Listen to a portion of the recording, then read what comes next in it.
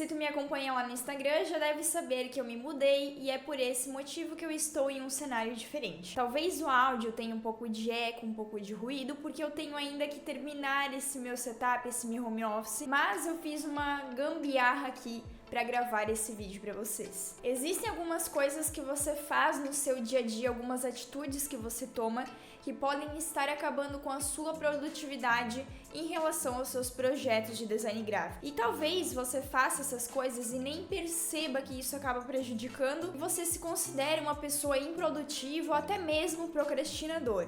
Mas na verdade são pequenos atos do seu dia a dia que te levam a esse caminho. Hoje nós vamos conversar sobre as atitudes que você deve evitar caso você queira ser uma pessoa mais produtiva no design.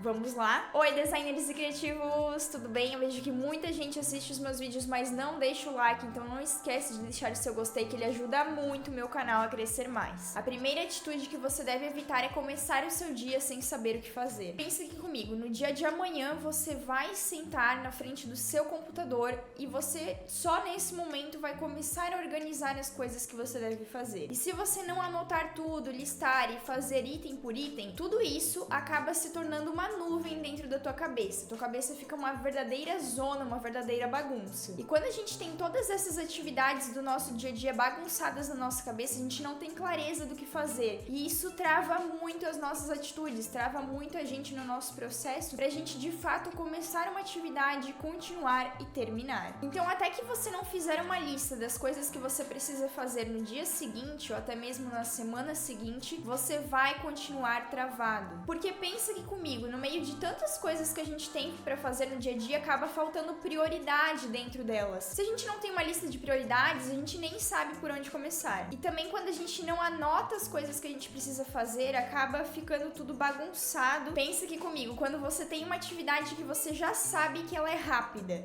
não fica muito mais fácil de você executar aquela atividade do que quando você tem alguma coisa bem mais complexa? Vou dar um exemplo, você tem uma identidade visual para fazer e você tem um criativo para mídias sociais.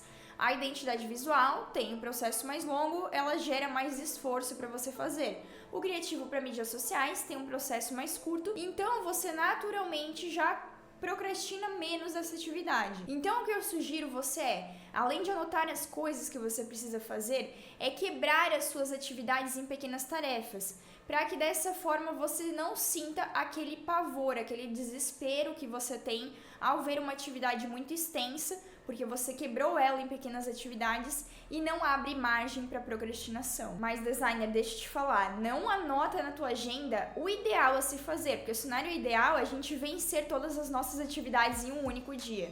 Anota o que tu realmente consegue fazer naquele dia, para você não se frustrar. Atitude de número 2, uma atitude que prejudica muito, é querer fazer de tudo um pouco. A própria frase já é autoexplicativa.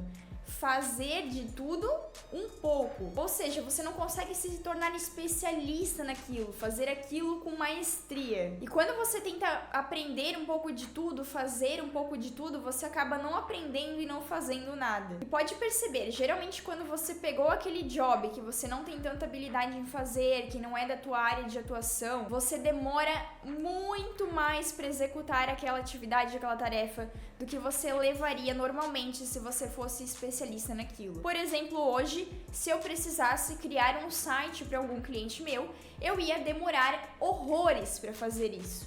Que se fosse a minha área de atuação e eu estudasse sobre, eu ia fazer de uma maneira muito mais rápida e mais fluida. Então, às vezes, você tá ali querendo dar um passo maior do que a perna, querendo pegar atividades simplesmente pelo dinheiro, mas na verdade aquilo vai te dar até um prejuízo, porque você cobra o valor do projeto e você acaba levando muito mais tempo para executar aquilo, porque não é sua especialidade. E se tu não é especialista em algo, tu acaba comprometendo, além disso, a qualidade também. Atitude de número 3, você acha que vai conseguir produzir várias horas seguidas. E aí você destina várias horas seguidas para você executar todas as suas atividades e matar todos os leões em um dia só. Mas não é bem assim que funciona. Eu sei que você olha as pessoas na internet tendo uma rotina super produtiva, aproveitando 100% do dia, mas aquilo é um pequeno recorte da realidade. Essa pessoa, na verdade, ela não tá o dia inteiro dela 100% produtiva. Ela só grava os momentos que ela está sendo produtiva. E essa pessoa não tá tentando te enganar, não. Na verdade, a gente mesmo que se engana vendo a realidade das outras pessoas de uma perspectiva diferente. Essas pessoas que são produtivas, elas também têm momentos que elas são improdutivas. Elas também têm momentos que elas procrastinam. E a gente que trabalha com criatividade, a gente precisa desses momentos de procrastinação. Eu chamo de procrastinação do bem, que é aqueles momentos que a gente vai relaxar a nossa mente para poder voltar para aquela atividade e desenvolver mais. E eu não tô falando aqui para você sair do computador e ficar rolando o feed do Instagram, mas sim para você ir lá, passar um café com calma, vai na rua, pega um sol, lê umas páginas de um livro, faz alguma atividade que de fato vai relaxar a sua mente. Você rolar o feed no Instagram não vai funcionar muito, tá? A não ser que você seja um robô, e esquece essa ideia de você ficar criando várias horas seguidas, porque é praticamente impossível, a não ser as pessoas que possuem o hiperfoco. Mas geralmente a gente tem um pouco de dificuldade de atenção e dificuldade de criação quando a gente passa mais horas em cima de uma atividade. Então, destina tempos de relaxamento durante o teu dia para que você consiga produzir mais. Não adianta você ficar sentado na frente do computador tentando produzir por horas, porque tem muita chance dessas horas acabarem sendo pouquíssimo produtivas e aí você não aproveitou para fazer algo que gosta e nem conseguiu produzir nada do seu trabalho. E a quarta atitude errada é você pular processos. Sabe quando você pula alguma etapa do seu processo criativo pensando em fazer mais rápido? Geralmente você entra pelos canos. Vou te dar um exemplo aqui. Quando você não quer fazer uma determinada reunião de briefing, você não quer tirar 1 hora do seu dia para conversar com aquele cliente antes de executar o projeto, mas aí você faz o projeto sem conversar muito bem com o cliente, sem tirar as dúvidas, você entrega aquela demanda e ele vai te pedir para alterar ou ele vai te pedir para refazer. Aí você perde muito mais tempo do que aquela única hora que você teria se dedicado antes para fazer a reunião de briefing. Sabe quando você deixa de consumir aqueles 20 minutinhos de referências diárias para você começar a criar os seus projetos? Aí você pula direto pro projeto. Aí você começa um projeto sem ver referências e com certeza vai te dar um bloqueio criativo. Aí você fica horas travado naquele projeto simplesmente porque não quis tirar 20 minutos do seu dia para consumir referências. Então tome cuidado para não cair nessas armadilhas da gente pensar que está acelerando o processo e na verdade a gente está atrasando o nosso processo. Atitude de número 5, passa o tempo todo respondendo clientes. Eu sei que o teu WhatsApp fica pipocando de mensagem dos clientes o tempo todo, por aqui também fica, mas quando a gente para responder os nossos clientes o tempo inteiro, isso significa que a gente está parando o nosso processo criativo o tempo inteiro. E cada vez que a gente para uma atividade, quando a gente retoma ela, até a gente entrar naquela atividade de novo, prestar atenção plena no que a gente está fazendo, fluir as ideias, leva um tempo. E cada vez que você faz isso, você está aumentando o teu tempo de execução de um projeto. Eu sei que é importante a gente responder o mais rápido possível, não deixar a pessoa esperando, mas a gente precisa colocar ordem na casa. Separa alguns momentos do teu dia para responder o WhatsApp.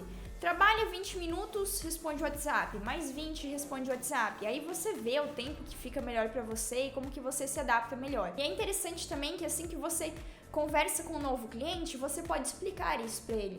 Fulano, eu demoro um pouquinho para responder no WhatsApp, mas você não ficará sem respostas. Eu faço isso porque eu preciso me dedicar nos projetos, estou trabalhando sozinho e eu preciso focar aqui nas atividades para conseguir entregar a sua demanda em tempo.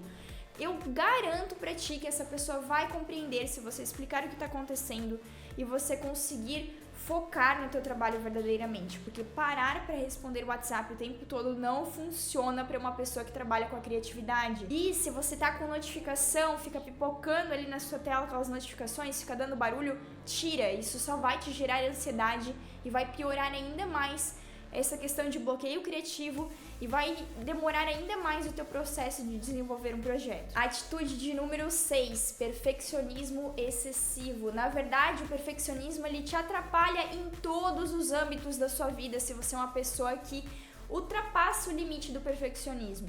Porque o perfeccionismo ele pode ser tanto uma qualidade quanto um defeito quando ele não é bem dosado. Se você é aquele tipo de pessoa que quer começar a ler um livro, mas você precisa ler 1 hora por dia todos os dias, senão não tá bom, Ou você quer fazer uma dieta, mas tem que seguir ela à risca, 7 dias da semana, senão também não tá legal.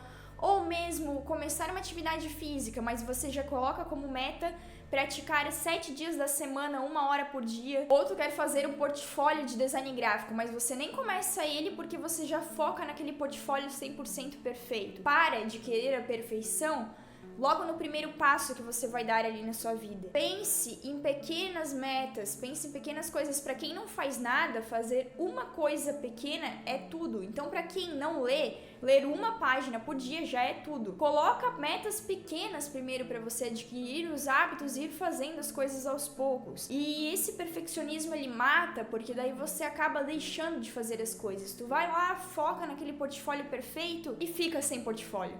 Você não tem nenhuma primeira versão do teu portfólio, nem alguns projetos ali, mesmo que você não considere que eles estão tão bons assim. E nessas de tu ficar buscando pela perfeição, tu fica ali parado por horas. E o mesmo acontece quando tu tá executando um projeto. Você já terminou aquele projeto, você já atendeu todas as demandas daquele briefing, já tá tudo certo. O projeto tá comunicando o que precisa comunicar, mas tu fica sentado ali na frente, mexendo na porcaria do projeto, mais e mais e mais depois de já ter concluído, porque você fica pensando que falta uma coisinha. Saiba a hora de parar um projeto de design gráfico para que você não fique refém de um único projeto e fique horas em cima. Eu não tô falando para você fazer tudo mal feito de qualquer jeito, mas sim para você saber a hora de parar. Perfeccionismo em excesso vai te prejudicar, designer. Mas eu quero saber de você, se você já cometeu alguns erros destes, ou você estava cometendo sem saber algumas atitudes dessas, se você tem problemas com produtividade, comenta aqui embaixo que eu gosto muito de saber as opiniões de vocês e eu leio todos os comentários. Eu não consigo responder, mas eu leio tudo que vocês deixam aqui pra mim. Eu vou ficando por aqui, agora eu vou deixar na tela 2 vídeos pra você continuar aprendendo design gráfico. Um beijo e até a próxima!